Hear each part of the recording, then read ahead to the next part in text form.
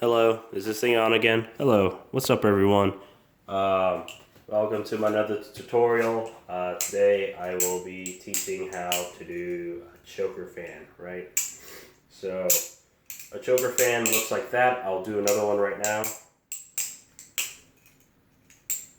Right? I didn't stop it midway.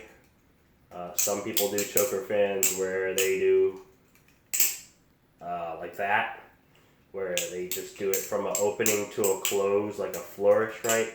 It depends where you stop it, right?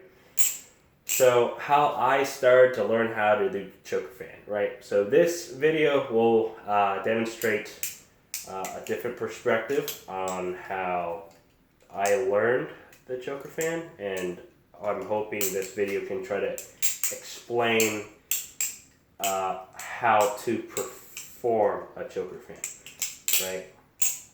That was kind of bad. Alright, there you go. That was kind of cool. So, the choker fan is a fan flourish where you let it spin, right, in your hand, like so, right? And then you use that momentum where the blade, when it points the other way, so say if you're right hand dominant like me, your blade is facing away from you, right? You use that momentum while it's spinning, right? So, like, say you're doing it, you have to spin it first like this. So, like a fan flourish opening, right? So, if you know how to do a fan flourish, right, it's the first step, right? So, you do a fan flourish opening, and you have essentially, you're going to want the handle at some point in that fan flourish opening of where it's spinning in that rotation, right? It's going to be like this in your hand, right? And you hold it like you're pinching it, right? Like a claw, right? For me, at least. And then when the blade is facing this way, that's when you do a downward tilt, right? And that downward tilt is going to have the balisong face like this. Now this is where it trips a lot of people up, right?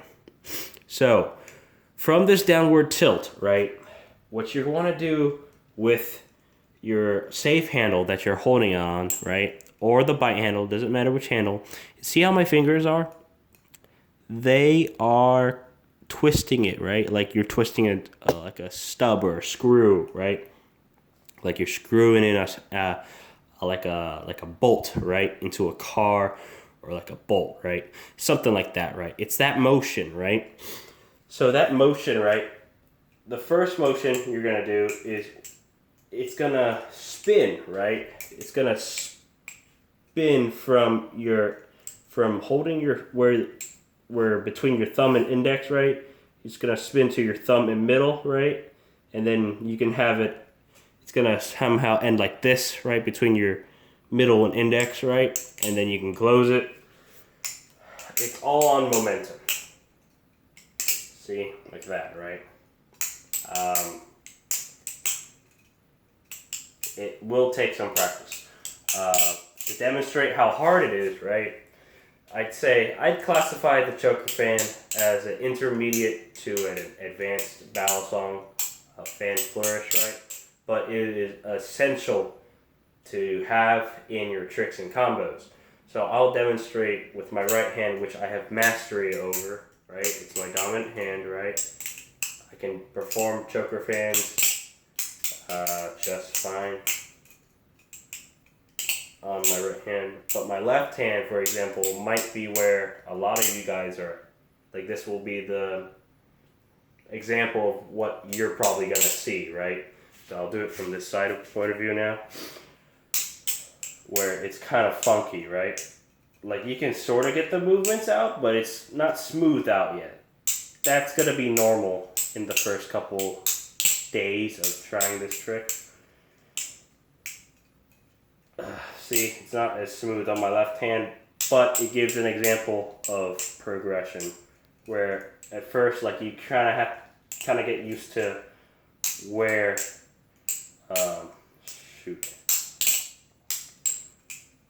where the balisong is while you try to spin it between your middle and index, right, to catch it like that, right?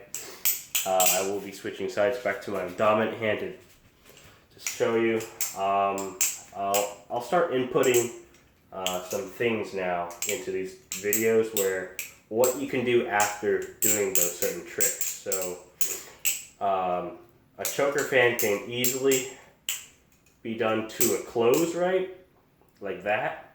And then you can begin a new combo, which you can do like a rev thumb chaplain into a reverse middle finger chaplain into like a bite handle scissor into like a fake giraffe kind of thing. Stuff like that, right? The choker fan you can also stop midway, right? And then do a backhand fan, right? Into like a ladder kind of thing, or like a Z choker.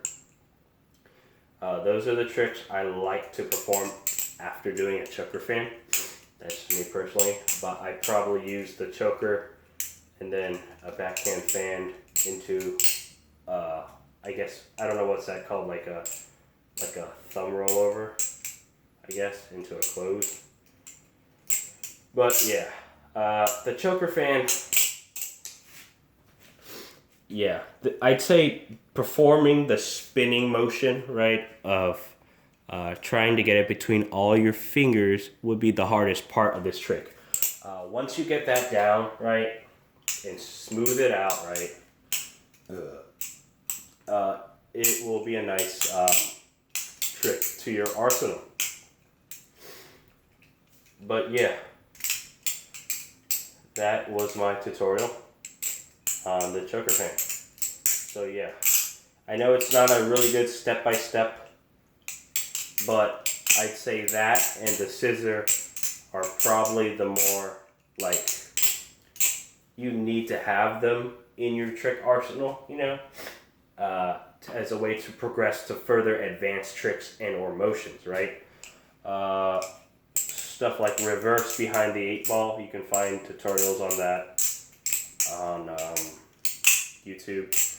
They probably do a better tutorial than I would on them. But yeah, choker fans, right? You'll get used to them after you practice for a little bit, alright? The way I learned how to do it, like I said, was practice spinning it, using the momentum from a fan flourish opening. So I'd say that's a prerequisite for this trick. Learning how to do a Nardaf fan opening and using that momentum to perform a choker fan with it. So yeah, if you've stuck around this long, I thank you personally. Leave a comment on what kind of combo thing you would like to see next. I know I got a request for these two videos that I'm dropping today, which is the choker fan and the scissor tutorial.